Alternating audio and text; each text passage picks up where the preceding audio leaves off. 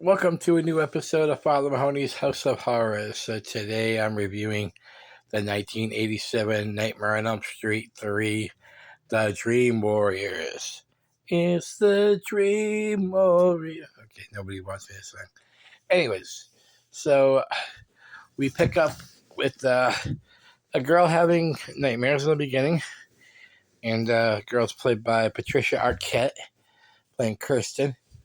And she's been having nightmares, and she keeps seeing a vision of this particular house. And we later on learn that Nancy's old house from the first one. She comes home. Her mom comes home, played by Brooke Bundy, who I interviewed last year. Yes, I did. If you want to watch that interview, make sure you comment down below. Anyways, so Freddie makes it look like Kirsten tried to commit suicide with a razor. And Kristen gets sent to the local, I guess Elm Street now has a psychiatric unit. Not Elm Street, but yeah, Springwood. And so she meets up with a whole bunch of other people who have had the same issues. But while checking in, they want to sedate her and get her all calm. And, well, she freaks out on everybody, and including Lawrence Fishburne, who has a small role in this. And she starts doing the old rhyme of 6, 7, 8, better stay up late. And then she goes into the 9, 10. And who appears? Nancy from part 1 to finish the story, saying 9, 10, never sleep again. Yes, lots of spoilers in this review right now. So, Nancy's new at this place. She, obviously after part 1, she wanted to study dreams and how they work, and if there's something we can do to subdue them, basically. And so now she gets hired just in time, because all these kids are having the same dreams. And it's a good cast overall. They have good camaraderie, and they seem to care about each other for the most part.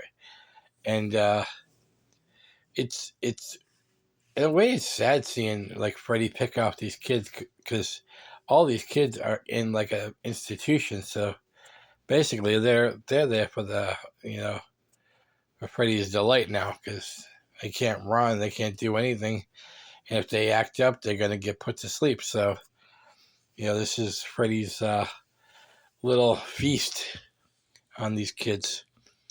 But we learn that Nancy's been taking a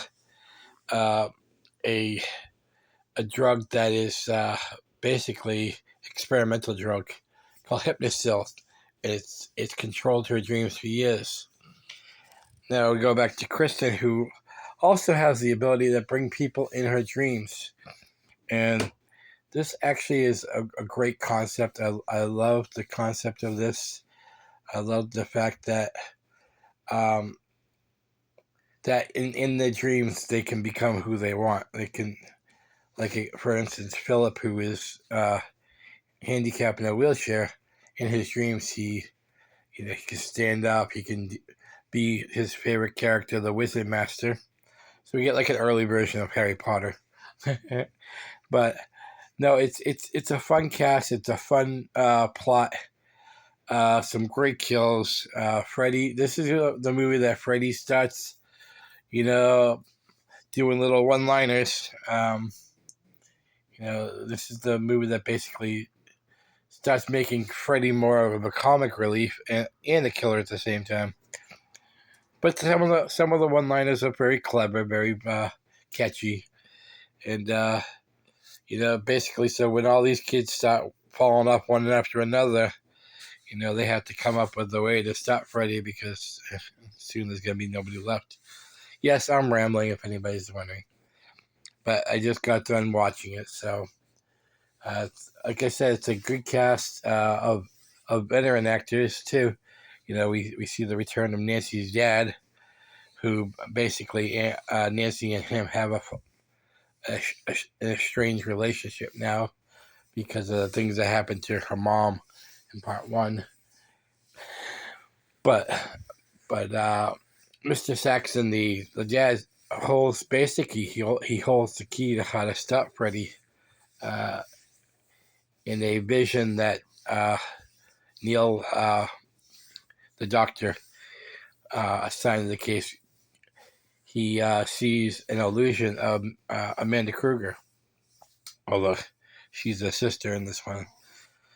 But we find out later in the movie that it's Amanda Kruger. Yes, I told you there's going to be a lot of spoilers. So, I mean, it's a 1987 movie, people. If you haven't seen it by now, then it's your fault. But overall, I love this movie. I think it's on par with the original. And I don't say that about a lot of sequels, especially part threes. Like, usually parts 1 and 2 are usually the strongest. But in this one, I think 3 is just as strong as the original. I'm going to go on record with that. Like I said, a good cast of veteran actors and newer actors. Patricia Arquette blew up after this. So, and like I said, I interviewed Brooke Bundy, who plays Elaine Parker in part 3 and 4. So, overall, I give this a 5-star rating. So, if you guys want to check out some of my past reactions, I would love that. Give some thumbs up, some feedback, some likes, some shares. Anything you guys do helps my channel build. And we are only 49 members away from the 1K. 1K! I know, it's about time, right? Anyways, much love, peace, and in a couple days, I'll probably do the Dream Master, is it? Yes. Dream Master is part 4. So much love, peace, harmony, and try to get some sleep.